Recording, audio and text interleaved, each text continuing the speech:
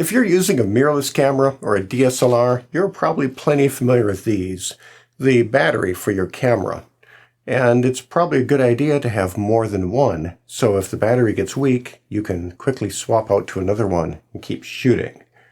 And it's a bit of a hassle to have to stop, remove the battery, put a fresh one in, get everything set up, and go again. And it's a bit concerning if you're in the middle of a live stream, wondering if you've got enough battery to complete the live stream. So to address that, you could get a cool accessory, which is a dummy battery, which is this right here. It's just like a battery, except it's got this pigtail on it that provides electrical power from a DC power supply. So you can plug a dummy battery into the wall and provide power for your camera that is without end and no worries about having a battery die in the middle of a photo session if you're using a dummy battery. So what's the downside of the dummy battery? Well, if you're not careful, you can destroy your camera. Ask me how I know. If we take a look at the dummy battery, we'll see that this plastic blob, which is really just an electrical connector, there isn't any real intelligence in here, it has the same contacts on it that the real battery, a standard battery, has. And so if the dummy battery has the same voltages on the contacts as a standard battery, how would the camera know any difference? It wouldn't. It would be perfectly happy and it would run just great. And so how could a dummy battery damage the camera? Well, what if the voltages that are on these pins aren't exactly right? That could be damaging to the camera. And how do you know? Well, one of the things you could do is you could make sure to purchase the dummy battery kit from your camera manufacturer. If you have a Canon camera, buy the dummy kit from Canon, because I would be pretty confident that if Canon is supplying the dummy battery accessory, it's going to work properly with their products. Now, what's the downside of that? The downside is that Canon gets a lot of money for their dummy battery kit. Now, if somebody told me that, yeah, it's expensive, but I'm willing to pay because I don't want to risk my $1,000 camera body, I couldn't argue with that. But you can purchase these from third-party sellers for a fraction of that price. And are the third-party sellers that are selling these units selling a unit that will work just as well as the manufacturer's OEM unit? Well, I think some of them are, and I think some of them aren't. How do you know?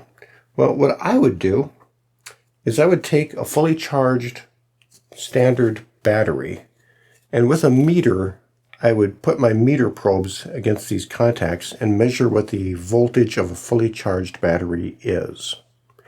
And then I would take that meter and I put it across the same contacts of the dummy battery to make sure that your dummy battery is putting out the same voltage thereabouts as a real battery. So let's use our meter to compare a real battery to the dummy battery. Put the meter on the connectors of the real battery, and it tells us that this battery is at 8.4 volts. And this is a fully charged, freshly charged battery. So I know that that voltage reading is as high as it's probably ever going to be. It's probably going to drop a little bit with use of this battery. So I'm hoping that the dummy battery is in the same ballpark in terms of voltage.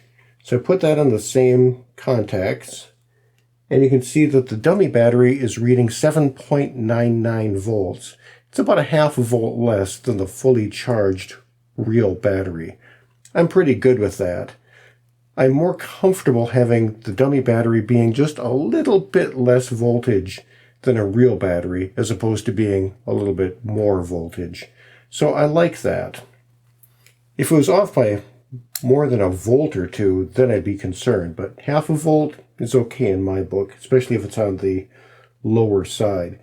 Now I put the voltmeter to AC mode, where I'm looking for how much AC ripple is on this DC supply.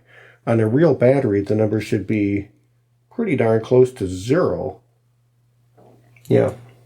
And I might be picking up a little bit of stray electrical noise in the environment, but I'm reading just about 0 off of a real battery. And likewise, if my power supply for this dummy battery is decent, it too will give me a very low number.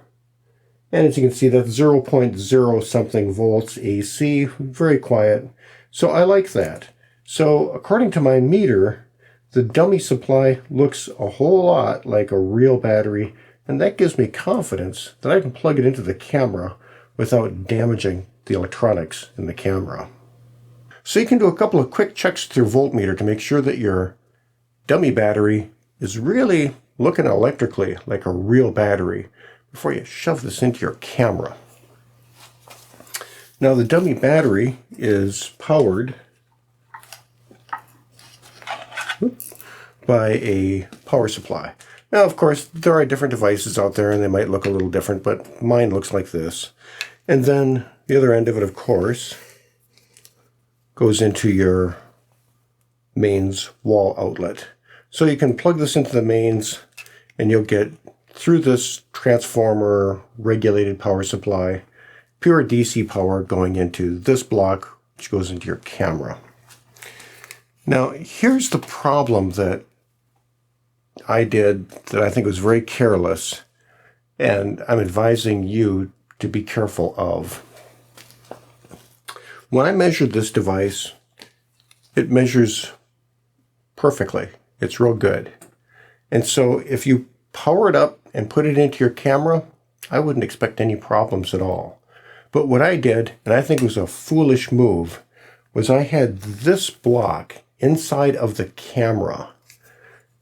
Well, I plugged in and unplugged the power supply. When you get a dummy battery, it's a good idea, if you have a voltmeter, to measure the pins on this compared to a regular battery to make sure that it's properly emulating a regular battery. It's putting out about the right amount of DC voltage, and it's not putting out any appreciable AC voltage. Then, what you'll do is make sure your camera is turned off. You'll plug this into the wall, and only after the dummy battery has powered up, then you slide this into the camera body with the camera turned off.